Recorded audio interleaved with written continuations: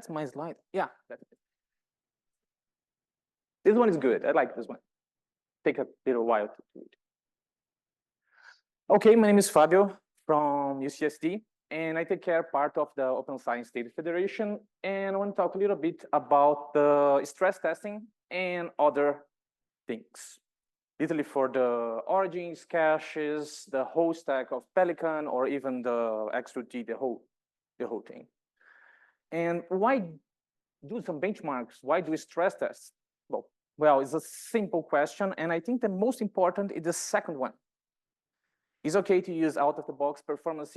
It's okay to install a server, install a new host, and keep the standard performance of what is there. There's a few examples I can say is a little bit complicated to keep it that, because little changes can affect a lot in the performance, especially with XrootD, and especially when you have a cache and getting this file from a cache and it's a bit far away from you. Besides, another things you need to consider when you use XrootD and using Kubernetes, Docker, and stuff like that.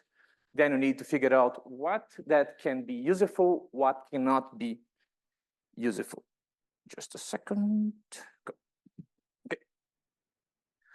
I created a set of tests, but it's not all here. This is the most important one, the next one. Basically, I select several things. We can do a stress test or literally just test if the origin can handle this kind of situation.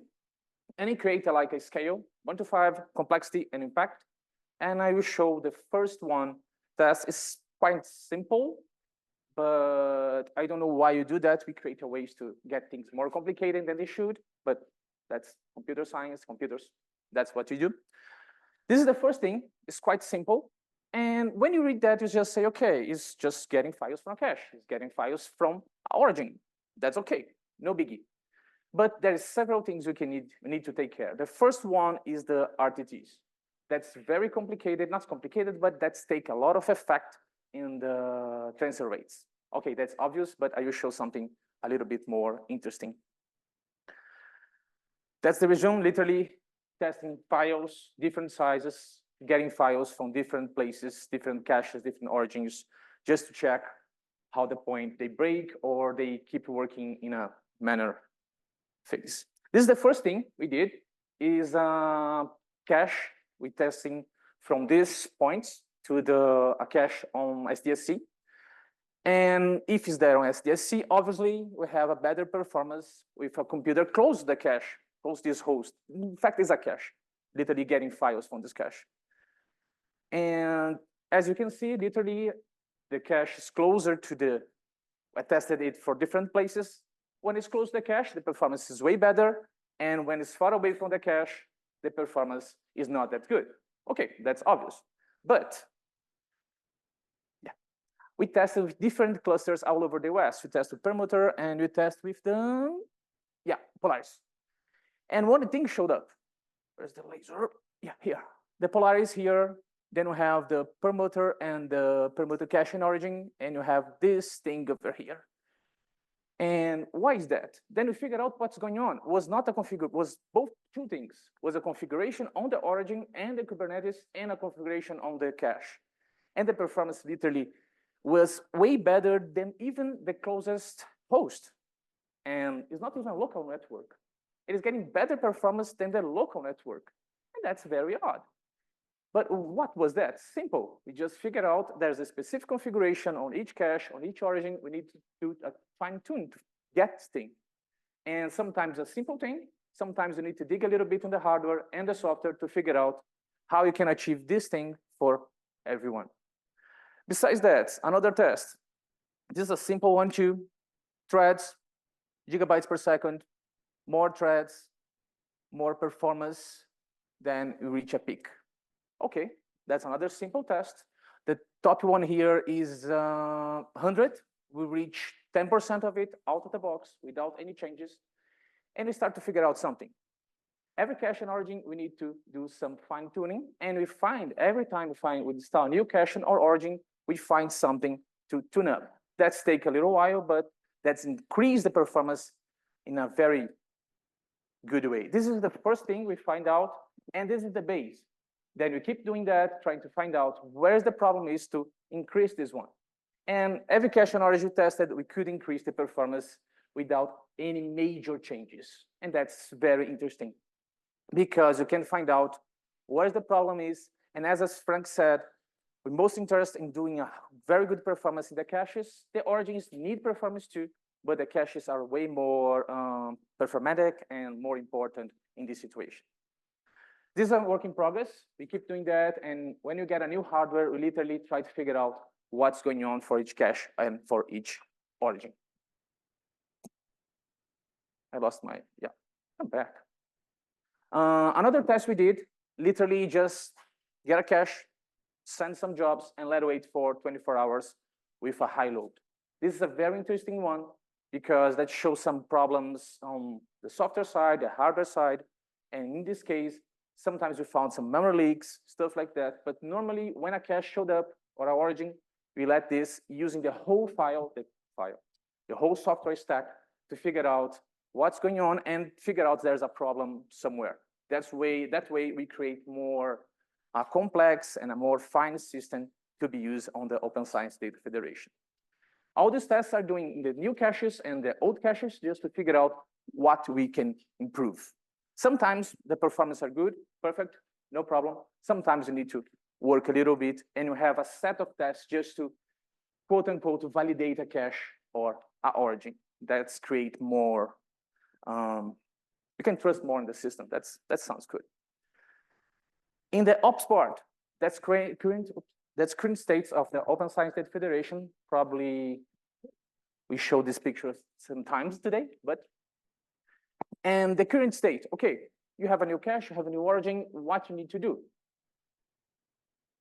In this one have 40 hosts, 50 pods, and normally you have two main components to add to the Open Science Data Federation, the cache and the origins. You have roughly 3 models to install a new cache or origin. Change.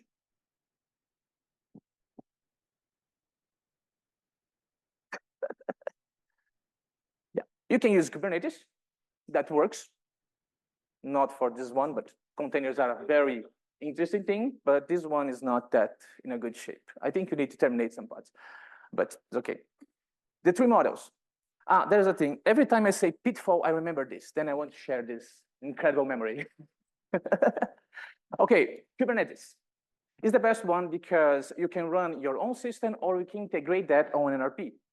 When you have a new cache on origin, we can integrate that on NRP. When you say we, the NRP team can go to your host, run some scripts, integrate this host to the NRP cluster, and the job is almost done in the hardware owner part. When you do that, I can go to the Kubernetes cluster and list the node, and okay, the node's there, and I can start deployments, I can start the whole process to run a cache or origin. One cool, interesting thing, we have, when I say we, you have the OSDF support team, the Pelican, everyone. We have some base configurations, and to create a new cache and origin is literally to copy and paste the base, don't copy and paste, but create another instance of this cache and origin, change a few configurations, and done. We have a new cache and new origin running. Okay, I don't want to integrate my hardware. I don't want to, because NRP has some network considerations to be done. You need to check the documentation, check if your network admin is okay to doing that with the firewall and everything else. But it's the most easy way to have a new original cache. Just integrate into NRP, done. Then I and other folks can literally create deployment and we have a new cache or origin running.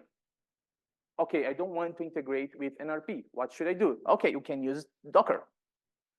You can run your own Docker. We have some examples how to configure the cache and origin, and you can run a Docker when you don't want to integrate into NRP.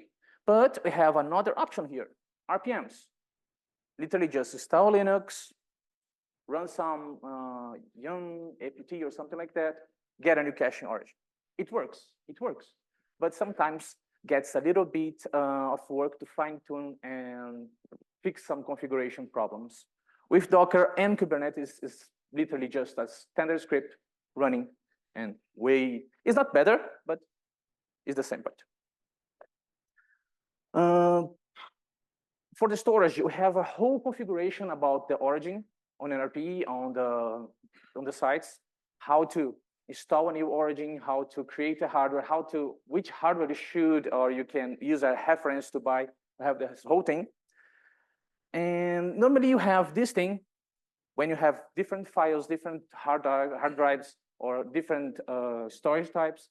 Normally you try to aggregate everything in the same volume. Is a possibility. We do have this kind of thing. But if you really want some more performance, a system with more performatic, you can use single disks to XrootD.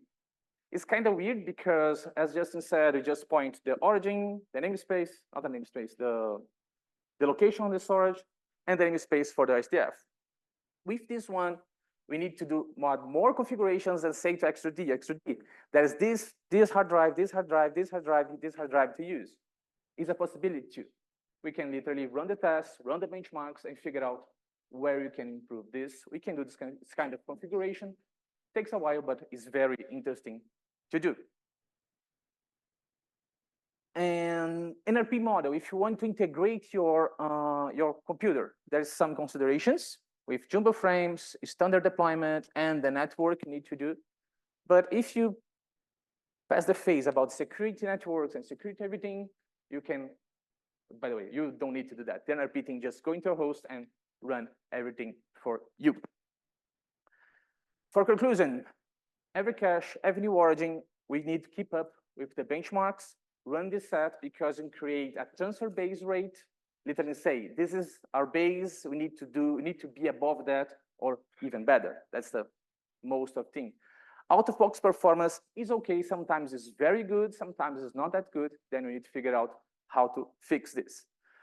OSDF is getting bigger and bigger every day, and with this model of NRP, Kubernetes, and the origin, the cache being deployed, documentation is going to sound very weird, but documentation is automatic.